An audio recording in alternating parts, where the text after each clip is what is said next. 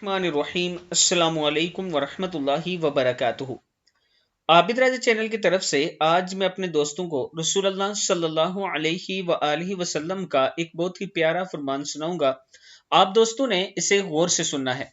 रसूलुल्लाह सल्लल्लाहु अलैहि वसल्लम ने फरमाया, मोमिन जहन्नम से छुटकारा पा जाएंगे, लेकिन दोजख और जन्नत के दरमियान एक पुल पर इन्हें रोक लिया जाएगा और फिर एक दूसरे पर इन मुजालिम का बदला लिया जाएगा जो दुनिया में इनके दरमियान आपस में हुए थे। और जब कांट छांट कर ली जाएगी और सफाई हो जाएगी, तब इन्हें जन्नत में दाखिल होने की इजाजत मिलेगी। बस उस जात की कसम जिसके हाथ में मोहम्मद सल्लल्लाहु अलैहि वसल्लम की जान है, जन्नतियों में से हर कोई जन्नत में अपने घर को दुनिया के अपने घर के मुकाबले में ज्यादा बेहतर तरीके पर पहचान लेगा।